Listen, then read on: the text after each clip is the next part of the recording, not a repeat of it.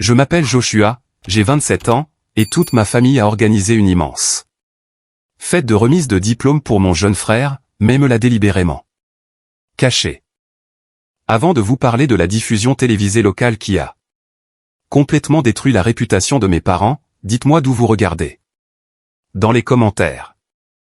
C'était un après-midi de dimanche tout à fait ordinaire.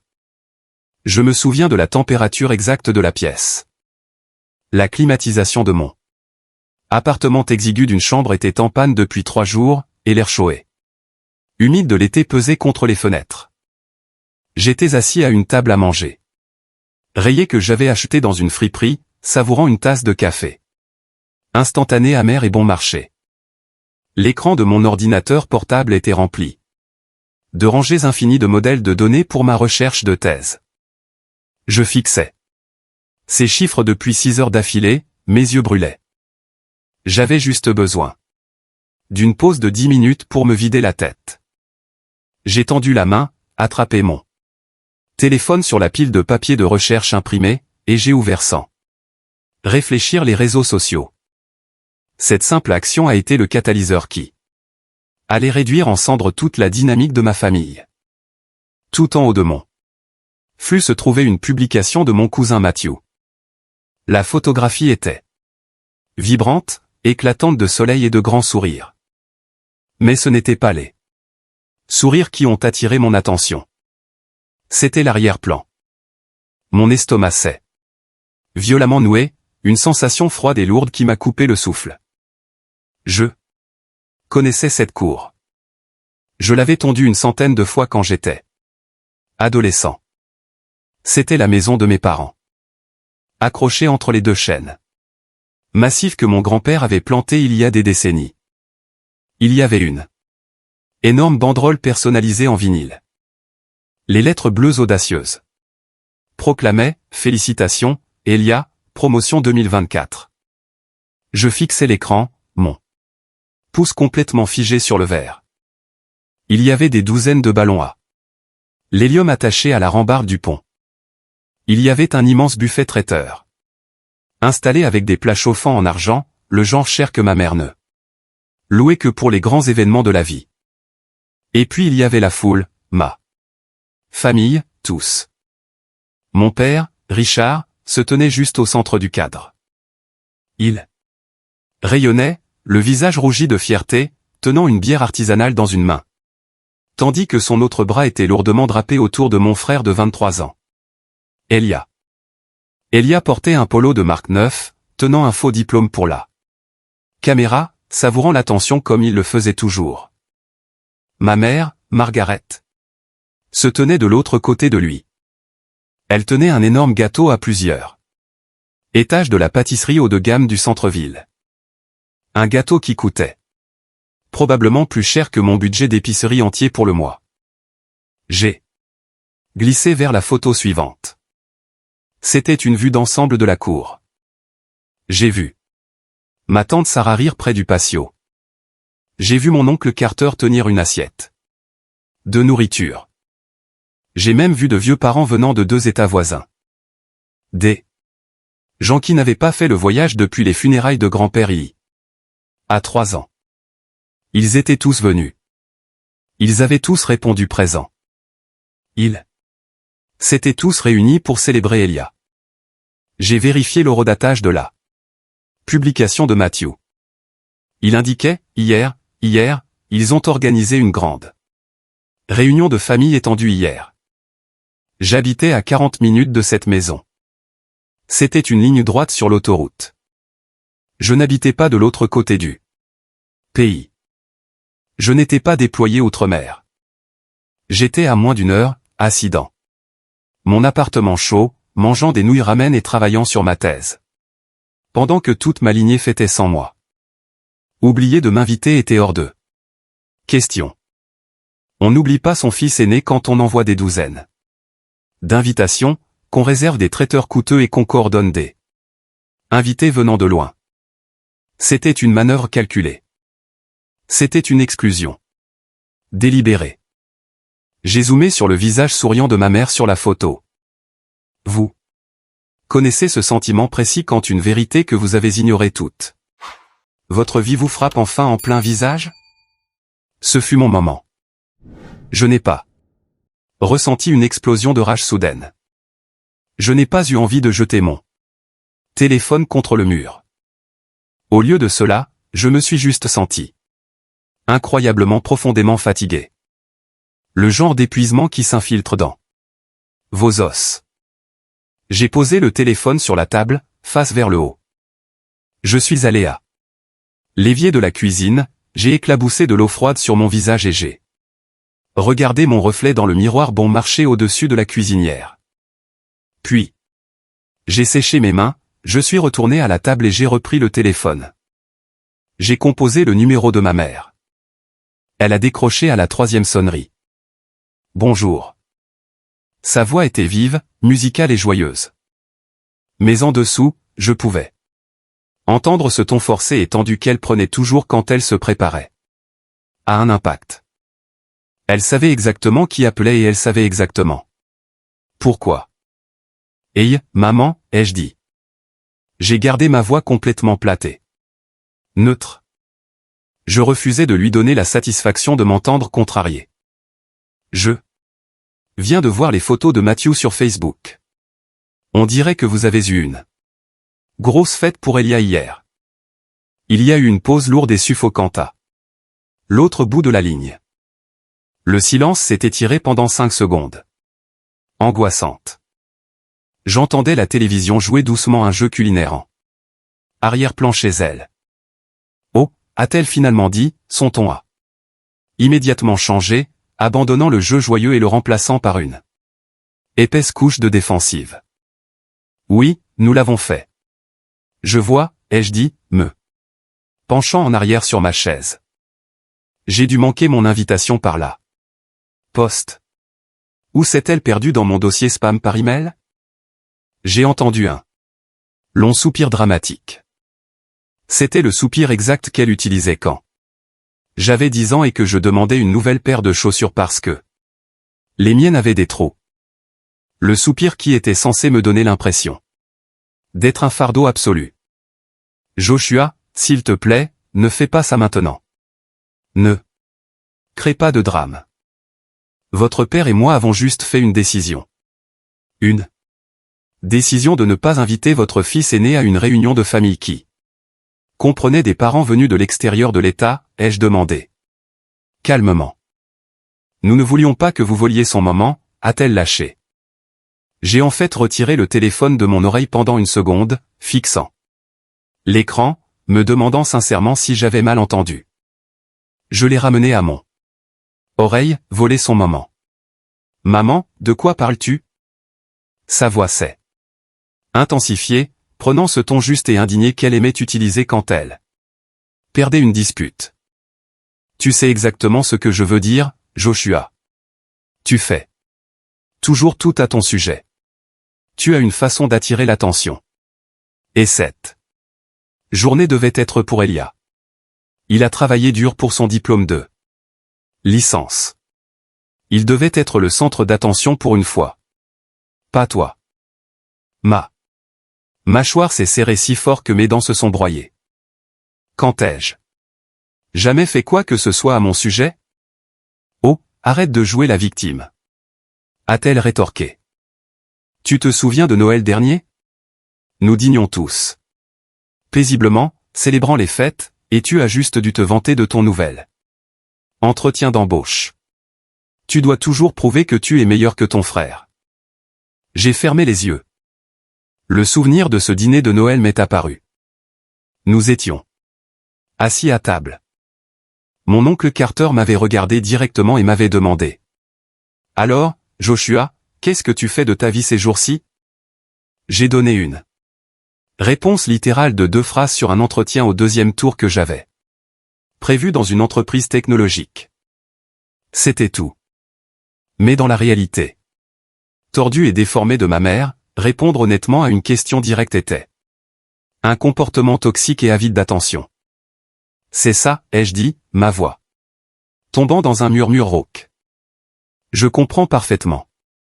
Écoute, a-t-elle poursuivi, se sentant clairement victorieuse puisque je ne criais pas. En retour. C'est juste mieux comme ça. Elia a eu beaucoup de mal à trouver un emploi ces derniers temps et il avait besoin de cette victoire. Il avait besoin d'une journée où personne ne le comparait à toi.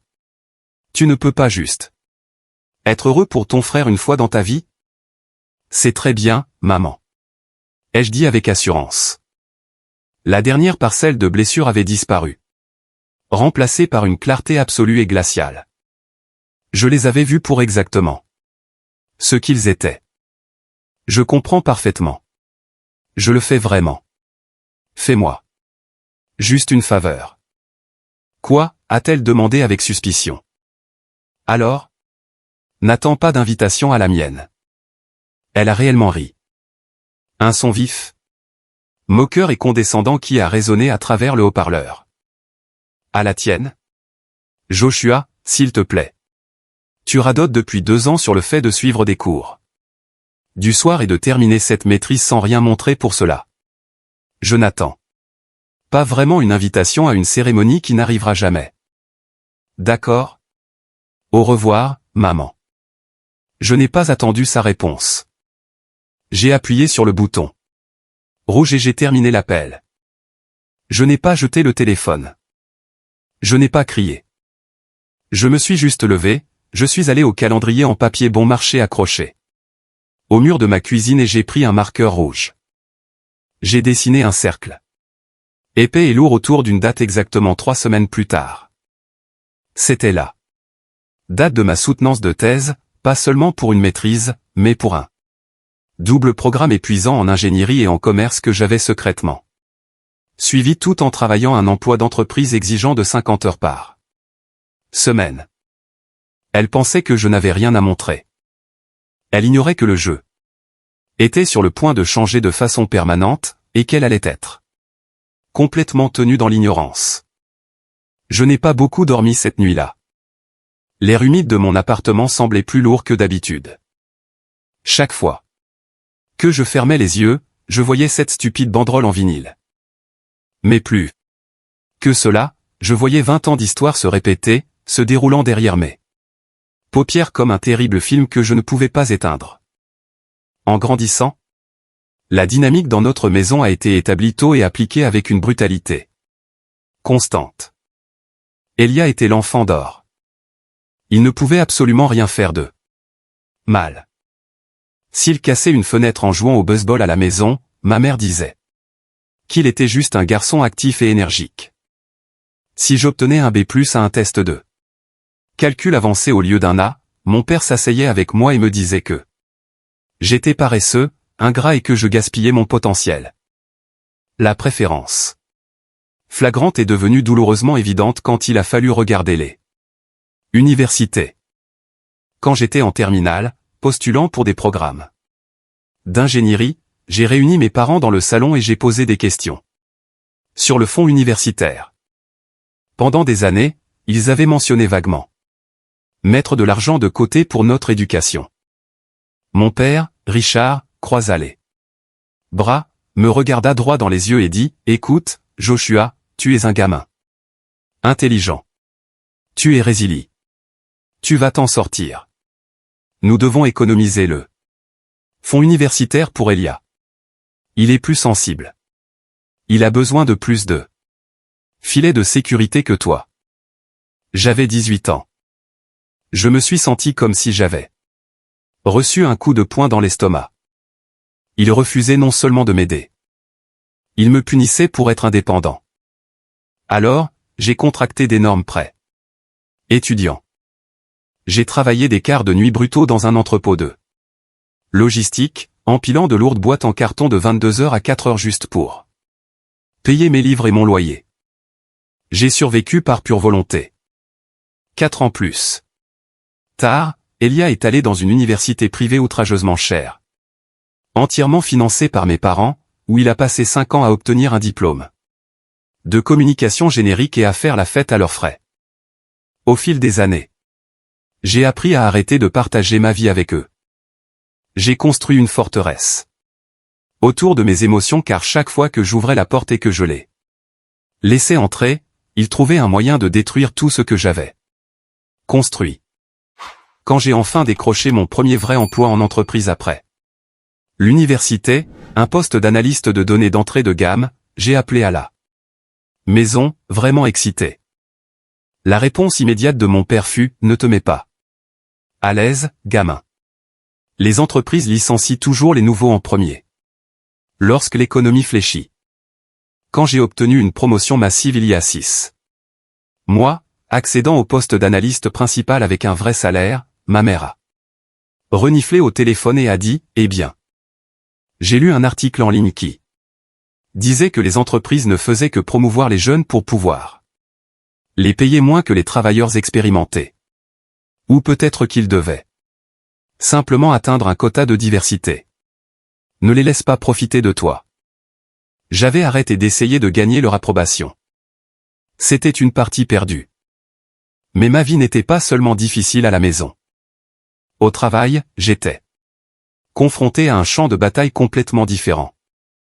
Mon entreprise était très compétitive, un Shark Tank d'ambitieux aspirants, et j'avais un collègue nommé Nathan, qui était l'équivalent corporatif de mon frère.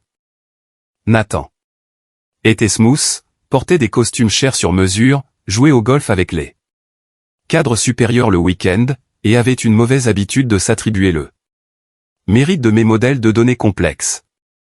La semaine dernière, la tension avec Nathan a atteint son point culminant. Nous avons eu une réunion trimestrielle majeure avec le PDG, un homme formidable nommé Samuel. Nathan s'était porté volontaire pour présenter le modèle de prévision financière, le modèle que j'avais passé 3 semaines à construire à partir de zéro. Il se tenait en tête de la table de réunion en acajou poli, faisant défiler avec assurance mes diapositives, savourant les approbations des dirigeants. J'étais assis au dernier rang, les mains croisées sur mes genoux, le sang me bouillonnant sous mon extérieur calme.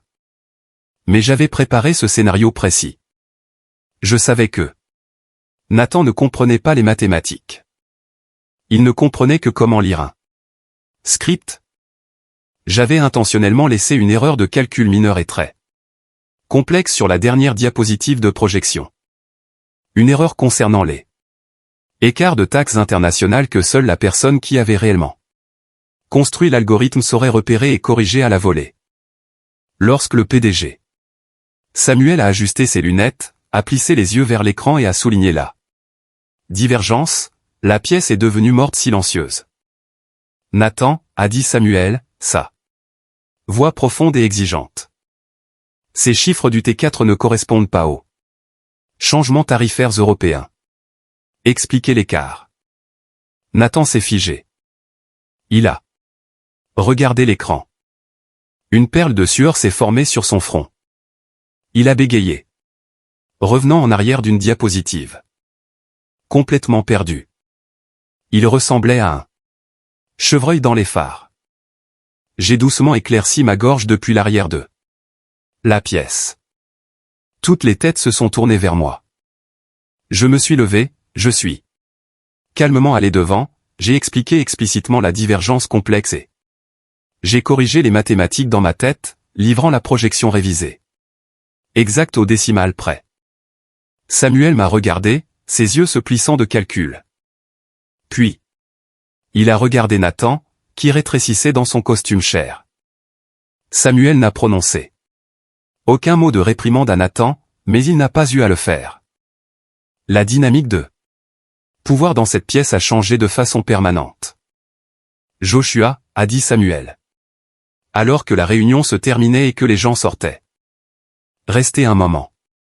C'est là que Samuel a d'abord laissé entendre qu'une importante restructuration de la direction allait avoir lieu. Il m'a dit qu'il en avait marre des costumes vides et qu'il voulait des gens qui faisaient réellement le gros du travail. Il m'a dit de garder la tête basse et mes chiffres affûtés. C'était ma vie. Se battre pour chaque pouce de terrain, à la fois dans ma famille et au bureau. Et à travers tout cela, à travers l'écart à l'entrepôt. Le poignard dans le dos au bureau, et le gaslighting familial, je suivais secrètement des cours du soir. J'étais inscrit à un programme de double master. Épuisant, l'ingénierie pour comprendre profondément le produit, et le commerce. Pour comprendre le marché. Je n'avais pas dit à mes parents l'étendue réelle. J'avais mentionné casualement que je suivais des cours, mais je ne leur avais jamais parlé des doubles diplômes ou de la thèse. Je savais qu'ils se moqueraient de l'effort. Ils pensaient que je suivais des cours de collège communautaire pour le plaisir. Mais voir cette publication Facebook de la fête d'Elia. Cela a fait basculer quelque chose au plus profond de mon cerveau. La forteresse que j'avais construite autour de moi s'est durcie en acier. Jean avait fini d'être le fantôme dans ma propre famille. J'en avais fini de les laisser dicter ma valeur. J'étais exactement 3 semaines avant une immense réussite académique et professionnelle. Et j'allais la célébrer. Mais je n'allais pas la célébrer à leur manière. Je n'allais plus mendier une place à leur table. J'allais construire ma propre table. Le lendemain matin, pendant ma pause déjeuner, je suis sorti de mon immeuble de bureau, j'ai trouvé un banc tranquille dans le parc voisin, j'ai sorti mon téléphone et j'ai appelé mon cousin Matthew. J'ai rencontré Matthew dans un dîner bruyant, graisseux, style rétro, à mi-chemin entre mon immeuble de bureau et sa maison en banlieue. L'odeur du bacon frit et du café éventé flottait lourdement dans l'air. Matthew était déjà assis dans un coin quand je suis entré, déchirant violemment une serviette en papier en petits morceaux. Il avait l'air incroyablement mal à l'aise. Matthew était un gars vraiment bien. Nous étions les meilleurs amis. Quand nous étions enfants, à faire du vélo et à nous écorcher les genoux, mais les familles s'éloignent naturellement en vieillissant, surtout quand les parents ne s'entendent pas. Il a levé les yeux quand je me suis glissé dans la banquette en vinyle craquée en face de lui. Mec, Joshua, je suis tellement désolé, furent les tout premiers mots qui sortirent de sa bouche. Si j'avais su ce qui se passait réellement, je n'aurais jamais posté ces photos sur Facebook. Je me sens comme un idiot absolu. Ce n'est pas de ta faute? Matt, ai-je dit, faisant signe à une serveuse à l'air fatigué et commandant un café noir. Tu ne savais pas. Tu fêtais juste. Matthew s'est penché en avant, posant ses coudes sur la table et baissant la voix pour que les banquettes voisines ne puissent pas entendre. Joshua, je ne savais vraiment pas.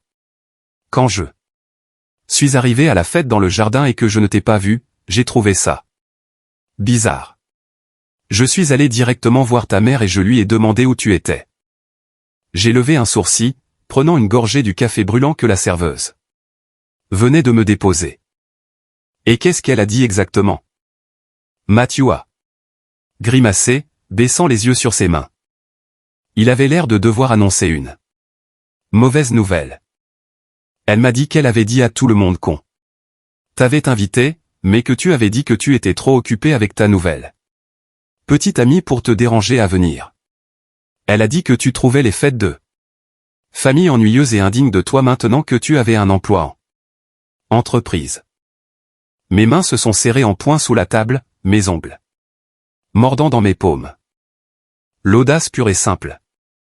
Ils ne m'avaient pas simplement exclu par inadvertance. Ils avaient activement assassiné mon caractère pour justifier mon absence. Ils m'avaient dépeint comme le fils arrogant et vilain qui avait abandonné sa famille. De plus, ils pouvaient jouer les victimes tragiques auprès du reste de la famille. Je n'ai pas de nouvelles. Petit ami, Matt, ai-je dit, ma voix dangereusement calme. Et je n'ai jamais reçu d'invitation. Ni par la poste, ni par SMS, ni par téléphone. Ils m'ont délibérément gardé dans le noir. Matthew m'a regardé, les yeux écarquillés d'horreur. Tu es sérieux, Jésus? Joshua, c'est dégoûtant. Pourquoi ferait-il ça? Il s'est passé une main dans les cheveux, l'air sincèrement désemparé. Ma tante Sarah en parlait près du buffet. Beaucoup de gens ont trouvé cela très irrespectueux de ta part de laisser tomber Elia. Comme ça. Je suis tellement désolé d'y avoir cru. Ne t'inquiète pas, ai-je dit, forçant mes mains à se détendre et à se poser à plat sur la table. Il raconte des histoires à mon sujet depuis des années. Mais j'ai besoin d'une faveur de ta part. Une très grosse. N'importe quoi, a dit Matthew. Instantanément. Nomme-la. Je me suis penché en avant et j'ai exposé mon plan. Je lui ai parlé des doubles masters secrets. Je lui ai parlé de la soutenance de thèse épuisante que j'avais dans moins de 3 semaines. Et je lui ai dit que je voulais organiser une fête de remise de diplôme, une vraie. Mais voici le hic, ai-je dit, en pointant un doigt vers lui. Je veux que ce soit une liste exclusive. Pas de maman, pas de papa, pas d'Elia. Je veux seulement les gens à qui je tiens vraiment, les gens qui me soutiennent. Le visage de Matthew s'est complètement illuminé. Un large sourire s'est étendu sur son visage. Oh, je suis tellement partant. Absolument. Tout ce dont tu as besoin. Je suis ton homme. J'ai besoin d'aide pour l'organiser sur le terrain. Pendant que je termine mes recherches, trouver un lieu, organiser la nourriture. Et surtout, le garder complètement hors de portée de mes parents. S'ils le découvrent, ils essaieront de le ruiner. Laisse la logistique à moi, dit Matthew avec confiance. Mais tu sais qui nous devons prévenir en premier. N'est-ce pas? Nous ne pouvons pas garder sa secret de grand-mère Eleanor. J'ai hésité, prenant une profonde inspiration. Grand-mère Eleanor était une force de la nature absolue. Elle vivait seule dans une grande maison victorienne, méticuleusement entretenue à la lisière de la ville. Elle était dure, avait la langue acérée et commandait un respect absolu de la part de chaque personne de notre arbre généalogique tentaculaire. Elle était aussi la seule dépositaire de l'héritage familial, un fait auquel mes parents étaient hyper conscients. Il l'a flattait constamment, lui apportant des cadeaux et se vantant d'Elia pour rester en sa bonne grâce. Si elle découvre qu'ils lui ont menti à ton sujet, a dit Matthew, lisant mon hésitation. Ce sera un bain de sang. Elle t'aime. Vraiment, mec. Elle te demande tout le temps. D'accord, ai-je dit. Allons la voir. Nous sommes allés chez grand-mère cet après-midi-là. La maison sentait exactement comme je m'en souvenais. Cannelle, vieux papier et syrah. Citron.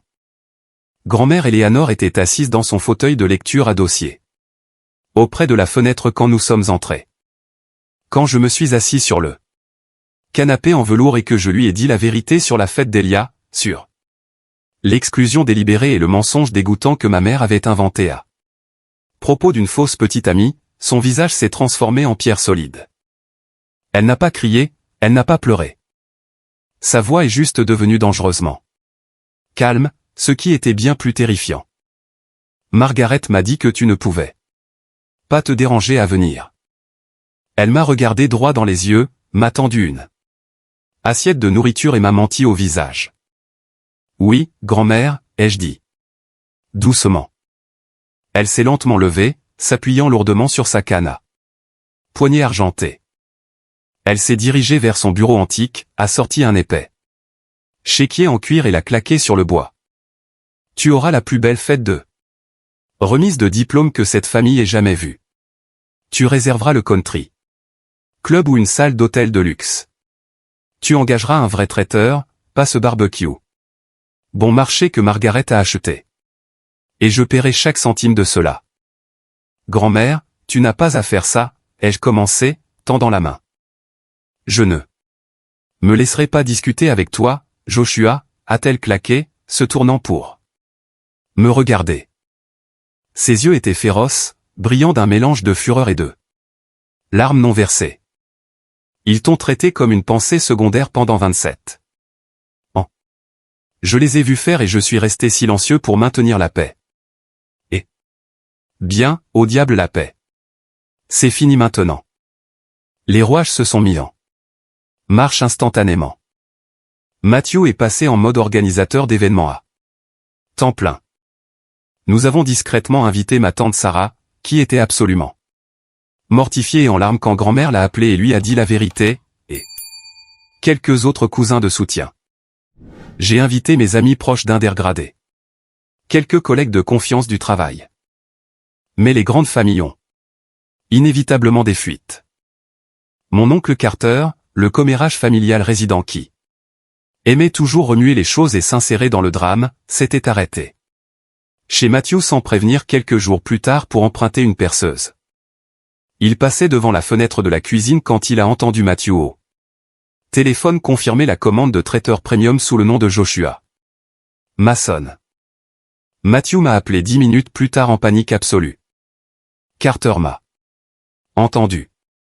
Je l'ai vu à l'extérieur de la fenêtre. Il sait que tu organises une fête. Il va le dire à tes parents. Joshua, la surprise est gâchée. Je me suis tenu près de la fenêtre de mon bureau, regardant le trafic de la ville, et j'ai souri au téléphone. Laisse-le essayer, Matt. Laisse-le juste. Je connaissais mon oncle Carter. Il était arrogant, malveillant et aimait gâcher une bonne chose, mais il était aussi incroyablement désorganisé et mauvais avec les détails. J'avais le sentiment que son interférence n'irait pas exactement comme il l'avait prévu. Les 3 semaines suivantes ont été un pur brouillard. D'adrénaline, de caféine et d'épuisement pur. Je fonctionnais avec peut-être 4 heures de sommeil par nuit, jonglant avec ma charge de travail de bureau avec la finalisation des modèles de données complexes et massifs requis pour ma soutenance de thèse. Je me sentais comme un fil tendu, prêt à casser. Mais la pensée du samedi à venir me soutenait. Le jour de ma soutenance de thèse est finalement arrivé. Je me tenais dans une salle de conférence stérile éclairée par des néons et lambrissée de bois à l'université. Devant moi se trouvait un panel de 5 professeurs formidables, dont mon conseiller principal, le professeur David. Le professeur David était un géant de l'industrie de la technologie et des affaires.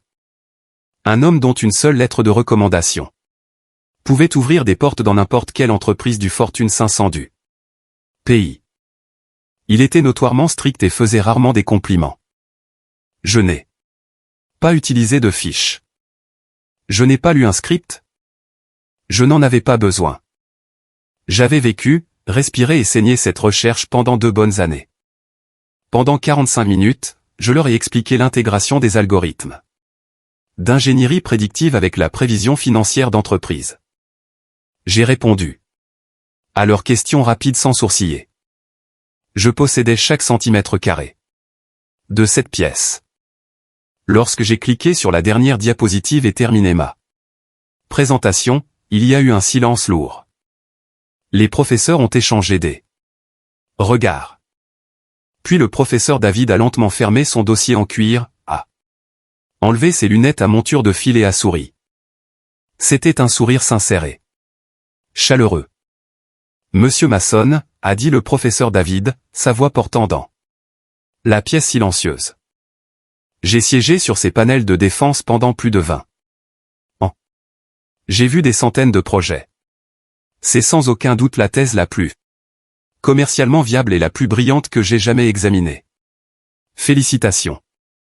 Vous avez obtenu la mention très bien. Je suis sorti du bâtiment universitaire avec l'impression qu'un poids de 10 tonnes avait été physiquement levé de ma poitrine. Je l'avais fait contre toutes les chances. Contre les doutes de mes parents. J'avais réussi. Mais la victoire académique n'était que le début. Le vrai choc est survenu le lendemain matin à mon bureau. J'étais assis à mon cubicule en train de taper un email quand l'assistante exécutive du PDG Samuel m'a tapoté sur l'épaule et m'a dit que j'étais attendu dans le bureau principal. Immédiatement, je suis entré dans le bureau d'angle. Massif. Samuel était assis derrière son bureau en chêne balayé.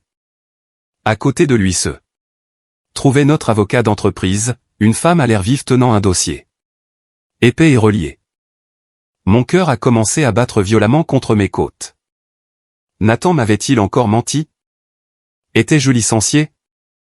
Joshua, asseyez-vous, dit Samuel, faisant signe à la chaise en cuir en face de lui. Il ne croyait pas aux petites conversations.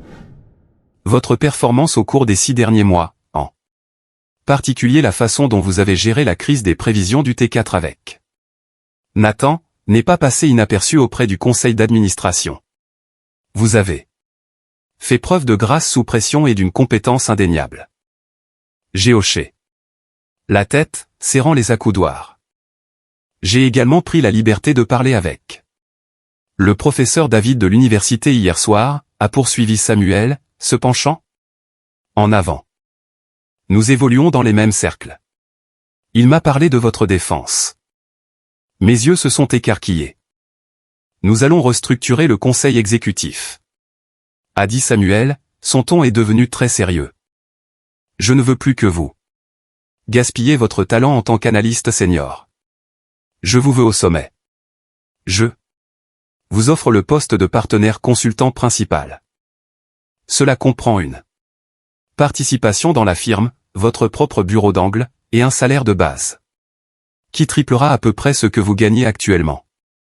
L'avocate avait les contrats prêts pour votre examen. L'avocate a fait glisser le lourd dossier sur le bureau. Je l'ai ouvert et j'ai regardé les chiffres imprimés à la page 2. Le salaire, cela me donnait le vertige. C'était une somme d'argent obscène. C'était plus d'argent que mon père, Richard, gagnait en 3 années entières. C'était le genre d'argent qui modifiait fondamentalement la trajectoire de la vie d'une personne. J'ai signé les papiers d'une main légèrement tremblante. Pendant ce temps, en coulisses, mon oncle Carter tentait activement de mener à bien son sabotage mesquin. Il avait bien l'intention d'appeler ma mère et de gâcher la surprise de ma fête, espérant déclencher une énorme dispute familiale. Mais comme je le soupçonnais, l'attention de Carter aux détails était atroce. Il avait écouté à la dérobée l'appel téléphonique de Matthew et il avait entendu le jour de la semaine, mais dans son excitation à commérer, il s'était complètement trompé de moi. Il pensait que ma fête était prévue pour 4 semaines. Plus tard, pas pour le week-end à venir. Il a décidé, dans son esprit tordu, d'attendre et de lâcher la bombe sur mes parents le jour avant la fête, pensant que cela causerait un impact dramatique maximum. Son pure incompétence est devenu mon plus grand bouclier. Mes parents sont restés complètement et joyeusement ignorants. Le lieu était complètement prêt. Grand-mère Eleanor n'avait lésiné sur aucune dépense. Elle avait loué une magnifique salle de réception haut de gamme surplombant le lac de la ville. Il y avait des guirlandes lumineuses drapées au plafond, des nappes lourdes en lin, des centres de tables en cristal, et une énorme banderole professionnelle tendue à travers le mur du fond qui disait Joshua Mason, maître en ingénierie et maître en administration des affaires. Tout était parfait. Le piège était entièrement tendu. Tout ce que j'avais à faire maintenant, c'était de laisser la nuit se dérouler. La nuit de la fête est tombée un samedi frais et clair. Le coucher du soleil peignait le ciel au-dessus du lac en éclats brillants d'orange et de violet. Je me tenais près de l'entrée de la salle de réception, portant un tout nouveau costume gris anthracite sur mesure que j'avais acheté ce matin-là pour célébrer ma promotion massive. Je me sentais comme une personne complètement différente.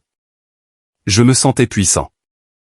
J'ai regardé ma vraie famille, la famille de mon choix, commencer à arriver. Matthew fut le tout premier, défonçant les portes, me tapant fort sur le dos et me tendant un verre de whisky cher.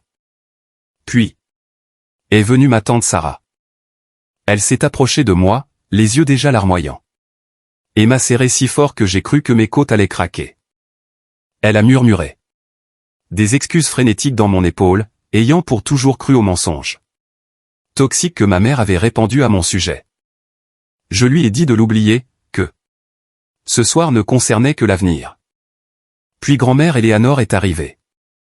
Quand elle est entrée par ces doubles portes, s'appuyant lourdement sur sa canne argentée, toute la pièce s'est naturellement calmée par profond respect. Elle portait un blazer chic et des perles. Elle s'est dirigée droit vers moi, à éviter l'étreinte, a levé les yeux vers l'immense banderole portant mon nom, et a hoché la tête une fois. « Tu as bien fait, garçon », a-t-elle dit, la voix épaisse d'émotion. « Tu as très bien fait. Montre-leur exactement ce qu'ils ont manqué. » À 19h, la pièce était bondée. 50 personnes, des cousins qui avaient volé.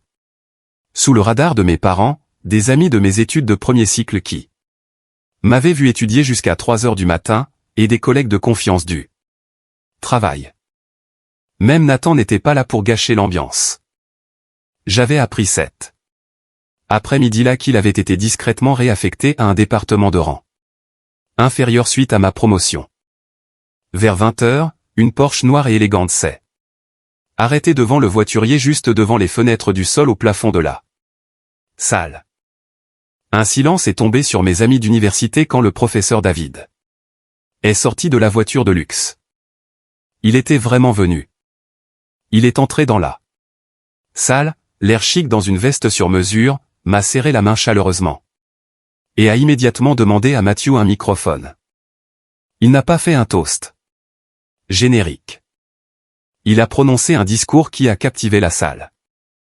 Il a raconté à toute l'assemblée la complexité extrême de mon travail, comment j'avais travaillé dur dans le programme double tout en occupant un emploi d'entreprise.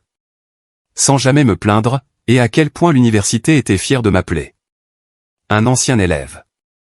Il m'a qualifié de talent rare. Les gens ont applaudi. Grand-mère Eleanor semblait prête à se battre physiquement contre quiconque ne frappait pas assez fort des mains. Puis Matthew, agissant comme le maître de cérémonie non officielle, a rassemblé tout le monde. Bon, tout le monde. Photo. Deux groupes. Montés ici sous la banderole. Nous nous sommes serrés ensemble. Je me tenais juste au centre mort. Grand-mère Eleanor était ancrée sur mon côté gauche, s'appuyant sur sa canne et rayonnant. Le professeur David se tenait à ma droite.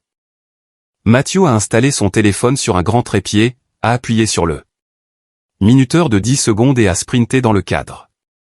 Le flash s'est déclenché, capturant le meilleur moment de ma vie. Avant même que la nuit ne soit terminée. Matthew a posté la photo sur ses réseaux sociaux. Il m'a explicitement tagué. Ainsi que, Owen Sarah et la moitié de l'arbre généalogique. Sa légende était simple mais dévastatrice. Célébrons le gars le plus travailleur que je connaisse, 2 maîtrises et une promotion majeure en entreprise. Pas de fausses petites amies ici, juste du vrai succès. Nous sommes tellement fiers de toi, Joshua. Mais la publication de Matthew n'était pas la bombe nucléaire. La bombe nucléaire a explosé exactement à 6h le lendemain matin. Le professeur David avait des liens industriels profonds. Il avait présenté mes recherches de thèse à un journaliste local proéminent nommé Dylan, qui couvrait les affaires, la technologie et les histoires de réussite locale. Dylan m'avait brièvement interviewé par téléphone quelques jours auparavant, me posant des questions sur mon parcours et ma récente promotion, mais je n'avais absolument aucune idée quand l'article serait réellement publié. Il a été publié le dimanche matin. En première page du journal numérique local, largement partagé sur tous les réseaux d'affaires locaux et les pages communautaires. Le titre disait « Le prodige local Joshua Mason révolutionne la prévision technologique, obtient le poste de partenaire principal à 27 ans. » L'article était incroyablement détaillé. Il comprenait une photo professionnelle de moi, mentionnait mes 2 nouveaux diplômes acquis, et détaillait explicitement ma promotion de haut niveau au sein de la firme. Il estimait même le bracket salarial massif pour ce niveau de partenariat, soulignant ma ascension rapide à partir d'un milieu ouvrier. C'était un compte rendu élogieux, indiscutable et hautement public de mon succès. Je me suis réveillé à 8h dans mon appartement. Mon téléphone vibrait si violemment qu'il glissait physiquement sur ma table de nuit en bois. J'ai tendu la main et les ramassé. 32 appels manqués. 20 étaient de ma mère, 10 de mon père, 2 d'Elia. Mes messages textes étaient une véritable zone de guerre. J'ai ouvert la première salve de ma mère. Envoyé à 6h45. Joshua. Qu'est-ce que c'est? Qu'est-ce que le poste de Matthew? 2 degrés. Pourquoi grand-mère? Est-elle là? Envoyé à 7h15. Réponds à ton téléphone tout de suite. Ma tante. Sarah ne me rappelle pas, Carter dit que tu nous as menti. Envoyé à 7h45. Je viens de voir l'article en ligne. Joshua, comment as-tu pu nous faire ça? J'ai des palpitations. Ton père m'emmène aux urgences. Je me suis assis dans mon lit, me suis versé un verre d'eau dans la carafe et j'ai souri. La grande illusion était complètement brisée. Ils étaient entièrement exposés à la famille, à la communauté et à eux-mêmes. Voici le moment exact qui a tout changé. Quand j'ai enfin repris le contrôle total de ma vie sur les personnes qui ont essayé de me rendre petit et invisible. Merci beaucoup d'être resté avec moi. Jusqu'à présent. Vous êtes vraiment incroyable. S'il vous plaît, aidez-moi en aimant cette vidéo et en commentant le numéro ci-dessous pour que je sache que vous êtes toujours avec moi. Cela aide l'algorithme à pousser cela à plus de personnes qui pourraient être confrontées à des familles toxiques. Et cela signifie énormément pour moi de savoir que mon histoire résonne avec vous. Votre soutien est la raison pour laquelle je peux partager cela. J'ai pris une profonde inspiration, déverrouillé l'écran de mon téléphone et j'ai décidé qu'il était temps d'arrêter de les ignorer. J'ai composé le numéro de ma mère. Elle a décroché à la toute première sonnerie. Le bruit de fond trahissait instantanément. Elle n'était pas aux urgences. J'ai pu entendre le bourdonnement familier du réfrigérateur de leur cuisine. Joshua, a-t-elle pratiquement crié dans le récepteur. Elle semblait hystérique. Sa respiration rauque, forte et incroyablement dramatique. Comment as-tu pu nous mentir comme ça? Comment as-tu pu organiser une fête énorme et ne pas inviter ta propre mère? Je me suis penché en arrière contre mes oreillers, regardant le plafond. La panique dans sa voix ne m'a pas du tout ému. Je n'ai pas menti, maman. Je ne te l'ai juste pas dit. Il y a une différence très distincte. Une différence, a-t-elle sangloté. C'était sa tactique de manipulation classique par excellence. Pleure assez fort, agit comme la victime. Et l'autre personne s'excusera finalement juste pour faire cesser le bruit. J'ai vu l'article, Joshua. Tu es partenaire principal. Tu as 2 maîtrises. L'article dit que tu gagnes une fortune. Pourquoi ne nous l'as-tu pas dit? Nous avons dû le découvrir par les nouvelles du matin. Ma tante Sarah m'a appelé. M'a crié dessus. Elle m'a traité de mère horrible. Ma tante Sarah est une femme très intelligente, ai-je dit calmement. Elle voit les choses comme elles sont. Je pensais avoir une crise cardiaque. Joshua, je me suis effondré sur le sol de la cuisine. Comment as-tu pu nous exclure malicieusement d'une étape aussi importante de ta vie? Maman, arrête, ma voix n'était pas forte, mais elle était chargée d'une autorité si froide qu'elle coupait ses faux sanglots comme une lame de rasoir. Elle a halté, surprisant. Silence par mon ton. Je n'avais jamais parlé comme ça à elle de toute ma vie. Te souviens-tu de notre conversation téléphonique il y a exactement 1 mois? Ai-je demandé, ma voix stable et précise. Quand je t'ai appelé à propos de la fête de remise de diplôme d'Elia, silence mort à l'autre bout de la ligne. Tu m'as explicitement dit que tu ne voulais pas que je vole son moment, lui. Ai-je rappelé? Chaque mot semblait lâcher une lourde pierre sur une table en verre. Tu as ri de moi quand j'ai mentionné ma propre remise de diplôme. Tu m'as dit que je faisais tout à mon sujet. Tu m'as dit que je radotais sur des Diplôme que je ne terminerai jamais. Alors j'ai suivi ton conseil, maman. Je me suis assuré absolument de ne pas voler le précieux moment d'Elia en vous, gardant entièrement en dehors du mien. Je t'ai juste donné exactement ce que tu as demandé. Je ne voulais pas dire ça comme ça, a-t-elle bégayé, ça. Voix tremblant violemment maintenant que ses propres mots étaient utilisés contre elle. J'étais stressé. Organiser une fête est difficile. Tu prends ça trop personnellement. Était-ce trop de stress pour m'inviter à la fête? Delia? Maman, était-ce le stress qui t'a fait regarder grand-mère Eleanor dans les yeux et lui dire que je sautais des événements familiaux pour sortir avec une fausse petite amie? Le stress t'a-t-il fait assassiner mon caractère devant toute notre famille? Un halètement vif et terrifié a résonné par le téléphone. Elle a réalisé que je savais tout. Le mensonge était exposé. Le rideau était tiré. Elle n'avait aucune défense. Donne-moi ce maudit téléphone. J'ai entendu la voix de mon père gronder violemment en arrière-plan. Une seconde plus tard, la ligne s'est brouillée et Richard était au téléphone. Écoute-moi, petite merde irrespectueuse, a grogné mon père. Sa voix vibrait de rage. Il détestait perdre le contrôle plus que tout au monde. Tu déchires cette famille pour rien. Tu es dramatique et vindicatif. Tu crois que faire de l'argent et avoir ton nom dans le journal fait de toi un grand ponte. Tu nous dois des excuses tout de suite. Ou tu peux oublier de rentrer à la maison pour Thanksgiving. Je ne te dois absolument rien, ai-je répliqué, me redressant dans mon lit. Les années d'intimidation se sont effacées de moi en un instant. Il n'avait plus de pouvoir sur moi. Je ne suis pas dramatique. Je suis cohérent. Tu m'as clairement fait comprendre pendant 27 ans que mes réalisations n'avaient pas d'importance. Tu m'as dit que je gaspillais mon argent à l'école. Tu m'as dit d'arrêter.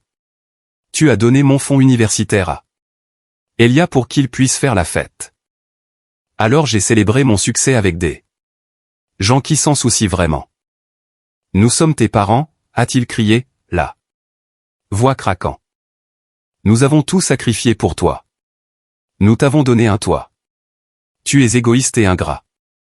Tu as sacrifié pour Elia, l'ai-je corrigé, ma voix devenant glaciale. J'ai payé moi-même pour tout. J'ai survécu malgré vous, pas grâce à vous. Bonne vie, Richard. Ne m'appelle plus jamais. J'ai retiré le téléphone de mon oreille et j'ai appuyé sur terminer l'appel. Mes mains ne tremblaient pas. Mon cœur ne battait pas la chamade.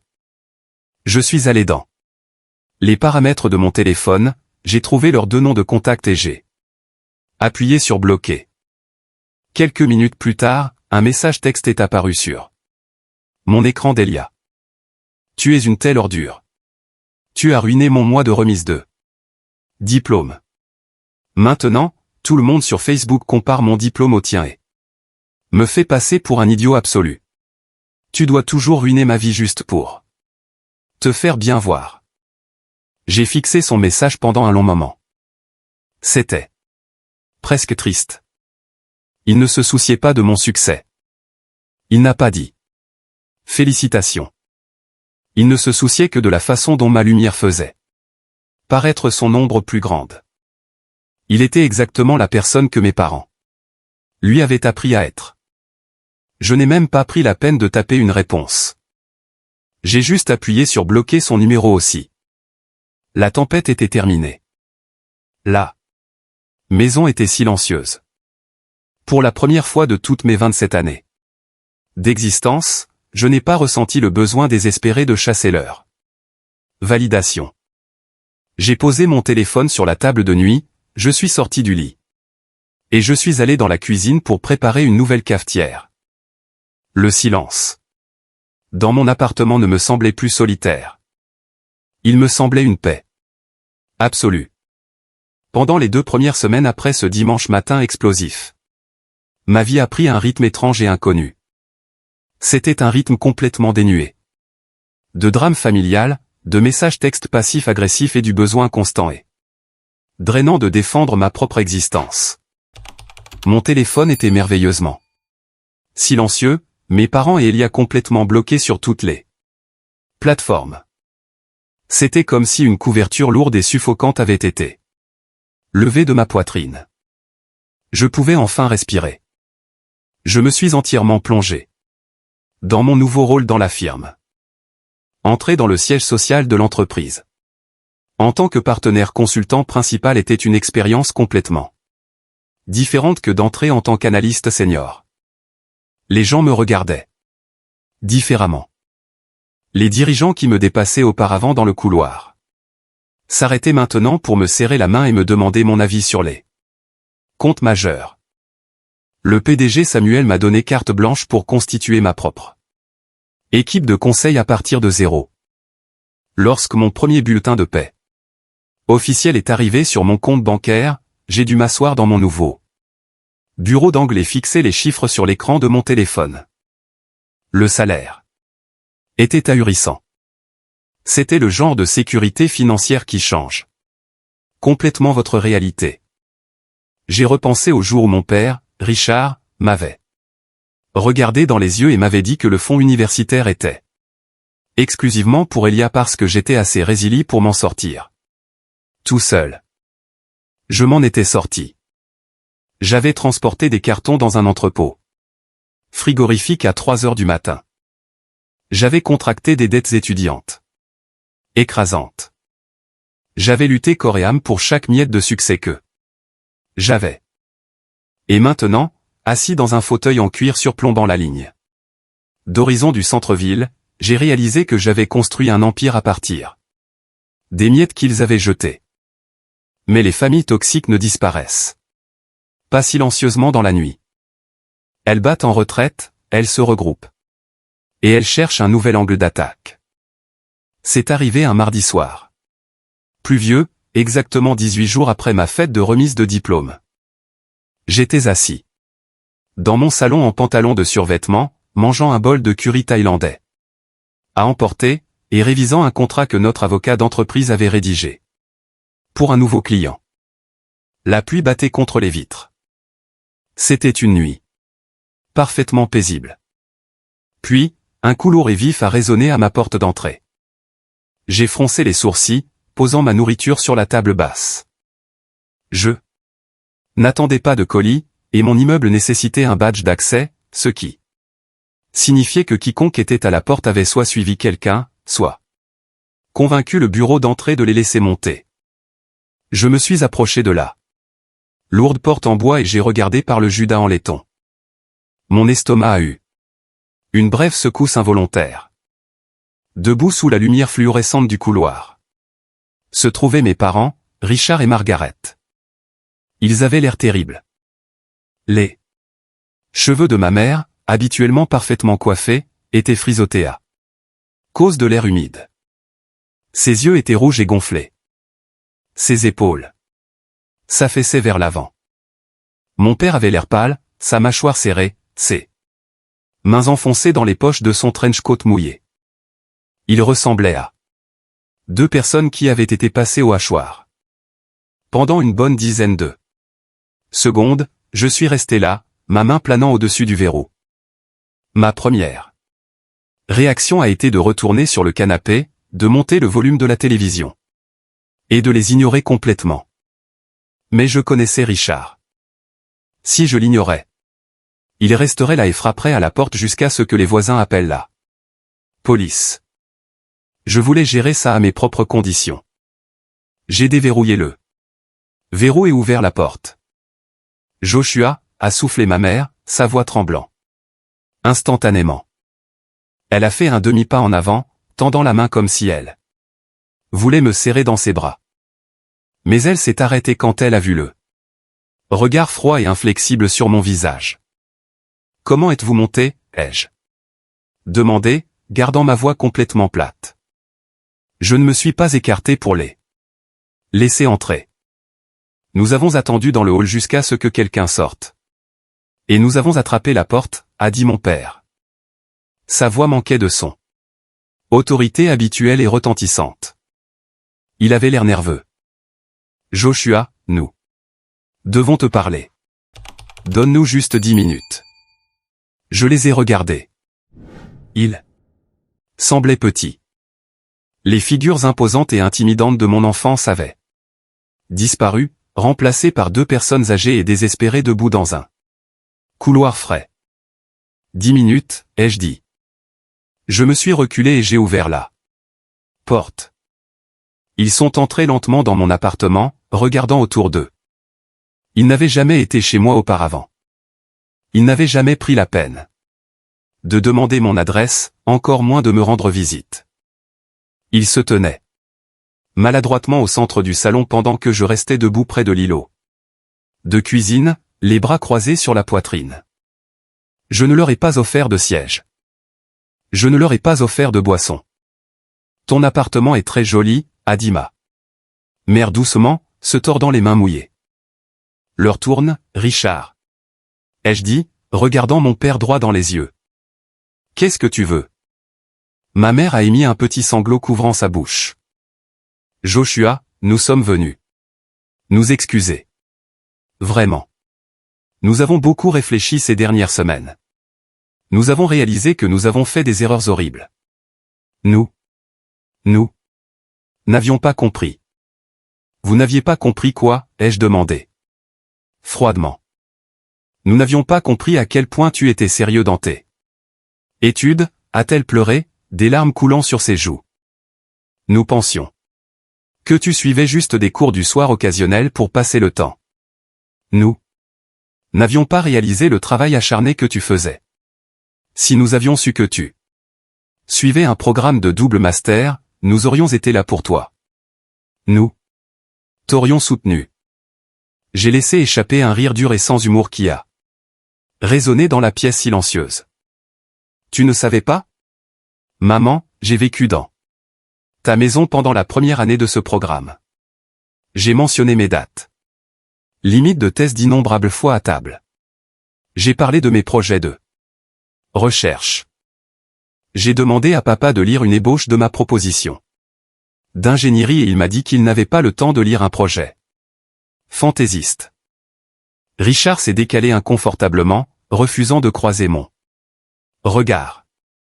Tu n'as jamais semblé stressé par rapport à ça, Joshua. Tu as toujours tout rendu facile. Tu n'as jamais demandé d'argent ou d'aide, alors nous avons supposé que ce n'était pas grave. Je rendais les choses faciles parce que chaque fois que je luttais, tu le minimisais, ai-je rétorqué, ma voix montant légèrement.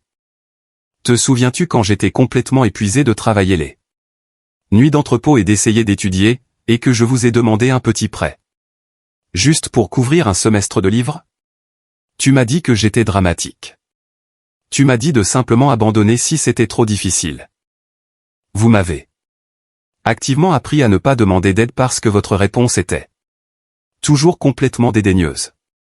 Alors ne vous tenez pas dans mon salon et prétendez que vous étiez juste joyeusement ignorant.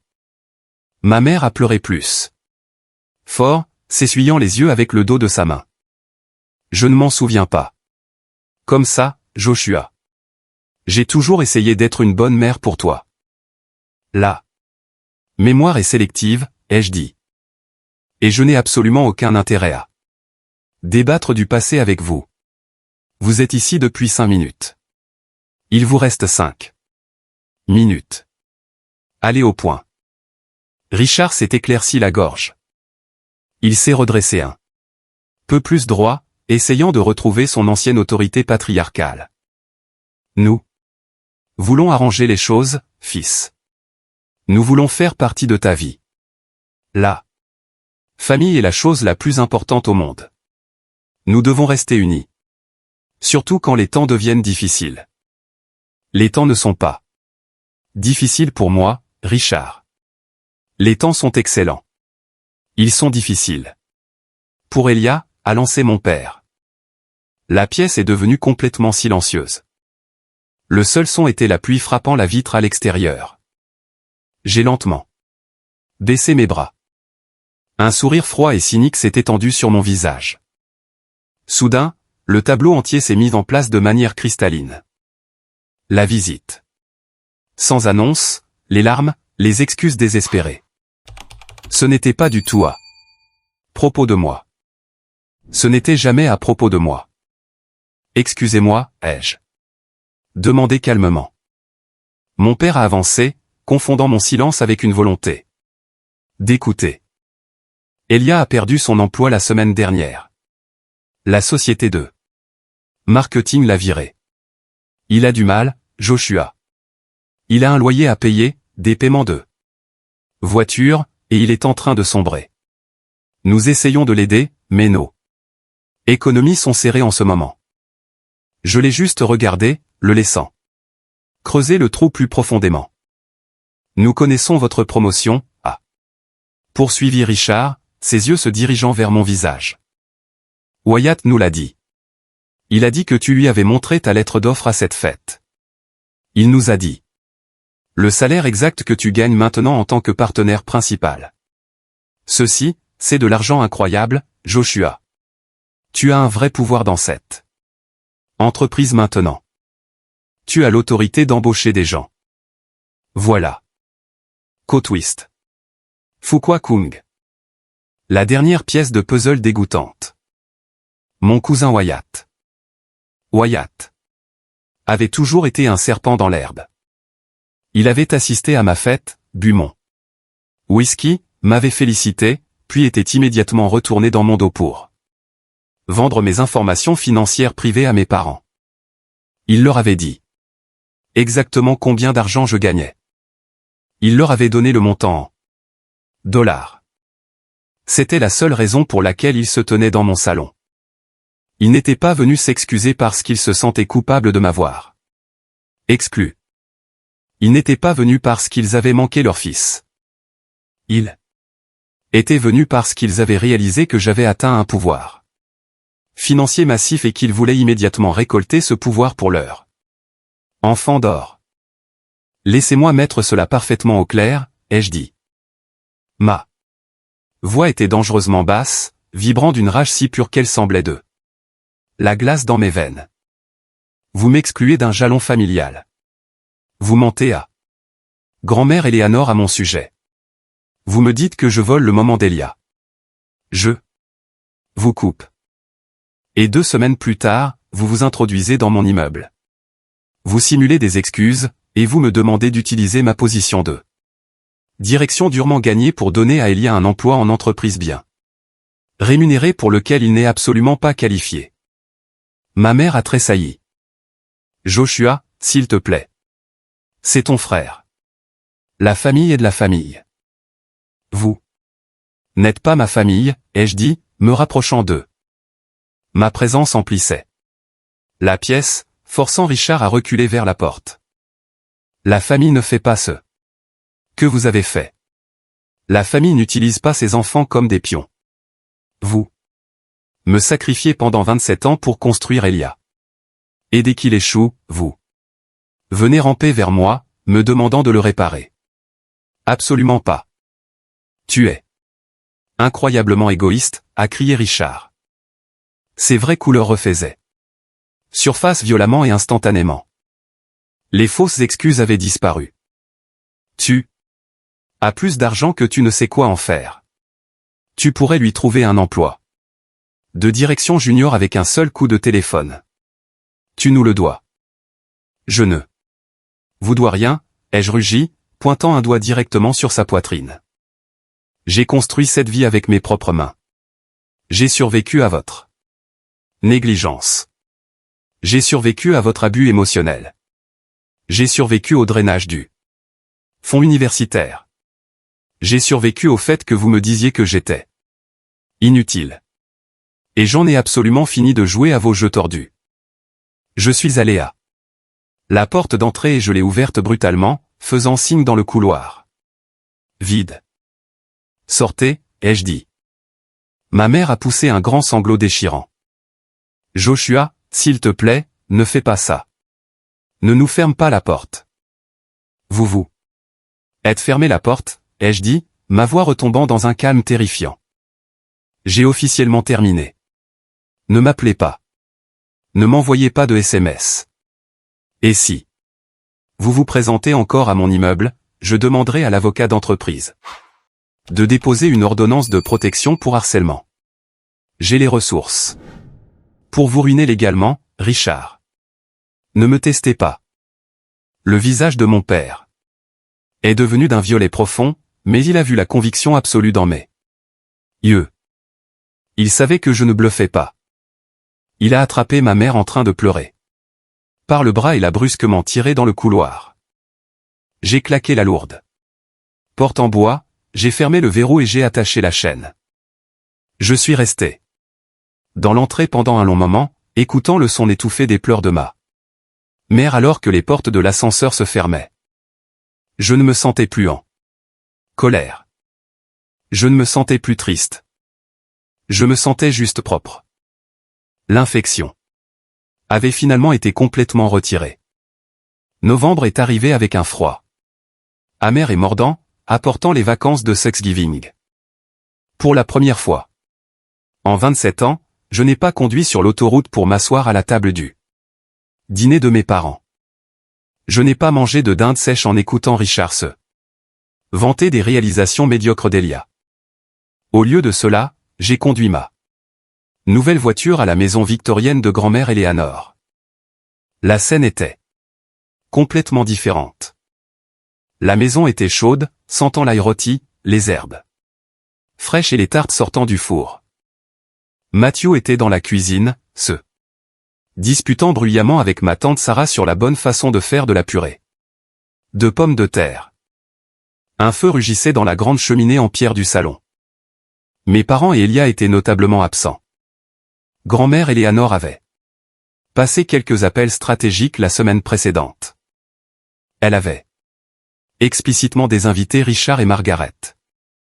Lorsque mon oncle Carter avait protesté, affirmant qu'elle déchirait la famille, grand-mère Eleanor lui avait calmement informé que s'il avait un problème avec sa liste d'invités, il était plus que bienvenu de rester à la maison également. Carter, terrifié de perdre son statut concernant son héritage, s'est tu et n'en a plus parlé. Quand nous sommes finalement assis à la grande table à manger en acajou, grand-mère Eleanor a tapé son verre d'eau en cristal avec une cuillère en argent. La pièce est devenue silencieuse. Elle s'est levée lentement, regardant autour de la table, ses yeux se posant enfin sur moi. Nous avons beaucoup de choses pour lesquelles être reconnaissant cette année, a dit grand-mère Eleanor, sa voix claire et forte. Mais je suis spécifiquement reconnaissante pour la vérité. Pendant trop longtemps, certaines personnes de cette famille ont été autorisées à contrôler le récit, à jouer les favoris, et à diminuer le travail acharné des autres pour cacher leurs propres échecs. Elle a fait une pause, prenant une gorgée d'eau. J'ai récemment parlé à mon avocat, a poursuivi grand-mère Eleanor avec désinvolture, bien que les mots aient porté le poids d'une bombe. Et j'ai restructuré mes plans de succession et d'héritage. Les détails sont privés, mais laissez-moi faire une chose parfaitement claire. Cette famille ne récompensera plus la paresse, la manipulation ou la cruauté. Nous récompenserons l'intégrité. Nous récompenserons le travail acharné. Joshua, s'il te plaît. Passe la sauce au canneberge. Matthew m'a donné un coup de pied sous la table et m'a lancé un énorme sourire. Ma tante Sarah a souri chaleureusement. J'ai passé le bol à travers la table, ressentant un profond sentiment d'appartenance que je n'avais jamais ressenti dans ma propre maison d'enfance. La dynamique de toute la famille élargie avait changé de façon permanente.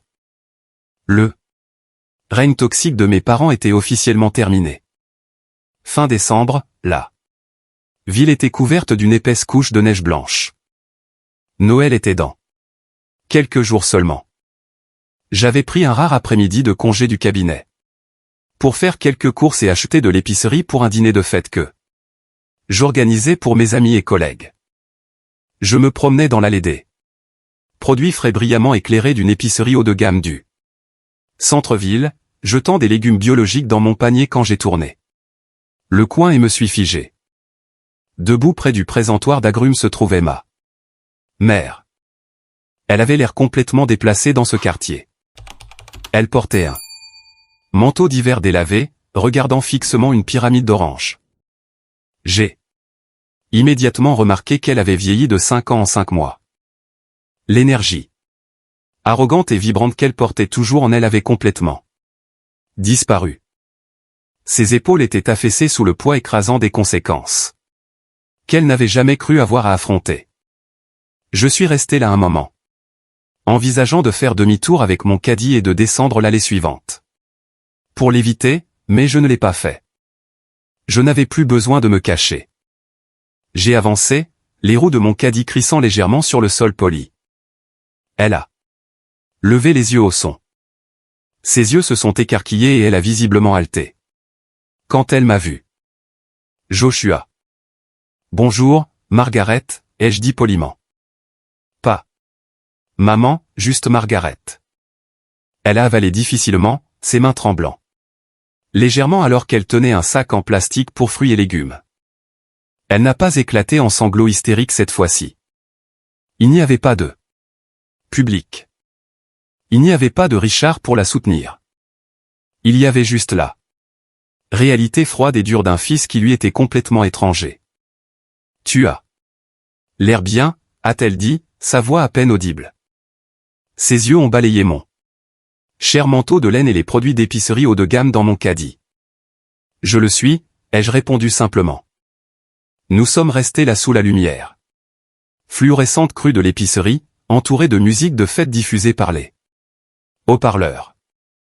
Le silence entre nous s'est étiré, rempli de décennies de mots non dits, de promesses brisées et de dommages irréversibles. Elle a baissé les yeux sur ses chaussures, puis à nouveau sur moi. Ses yeux étaient brillants de larmes, mais elle ne les a pas laissés tomber. Tu viens dîner à la maison. Pour Noël, a-t-elle demandé, même si elle connaissait déjà la réponse. Non. Ai-je dit. J'organise mon propre dîner. Elle a hoché la tête lentement. Comme si elle s'y était attendue, mais cela lui a quand même fait mal de le recevoir. Elle a tordu le sac en plastique dans ses mains. Je vois. Elle a hésité, prenant une respiration tremblante. Joshua, es-tu heureux?